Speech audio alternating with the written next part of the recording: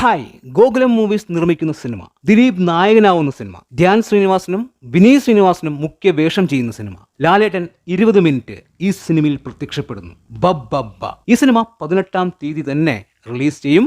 അതുപോലെ തന്നെ ഇന്ന് രാത്രി 8:18 ഇതിന്റെ ട്രെയിലർ നമ്മൾക്ക് മുന്നിലേക്ക് എത്തും. തീർച്ചയായും ഞെട്ടിപ്പിക്കുന്ന ഒരു കാര്യം തന്നെയാണ്. ഈ ട്രെയിലറിൽ ലാലേട്ടനും ഉണ്ടാവും എന്നുള്ളൊരു കാര്യം ഉറപ്പാണ്. എന്തായാലും ഇന്ന് രാത്രി 8:18 എല്ലാവരും ഞെട്ടാൻ തയ്യാറായിക്കോളൂ. പക്ക ഒരു കൊമേഴ്സ്യൽ സിനിമയാണ് ഈ പറയുന്ന ബബ്ബബ്ബ. ഒരുപാട് പ്രതീക്ഷയുണ്ട്. എന്തായാലും കാത്തിരിക്കാം എന്താണ് നമ്മൾ കാണാൻ പോകുന്നത് എന്ന്. അതുപോലെ തന്നെ കളങ്കാവൽ എന്ന സിനിമ തിയേറ്ററുകളിൽ ഭേദപ്പെട്ട കളക്ഷനോടുകൂടി മുന്നോട്ട് പോകുന്നു.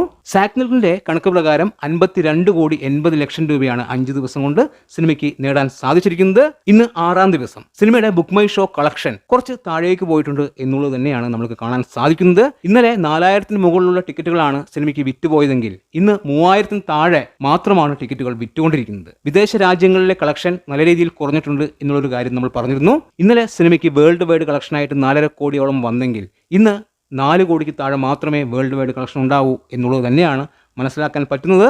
ഇനിയുള്ള ദിവസങ്ങളിൽ, അതായത് 18-ാം തീയതി വരെ സിനിമയ്ക്ക് സമയമുണ്ട്.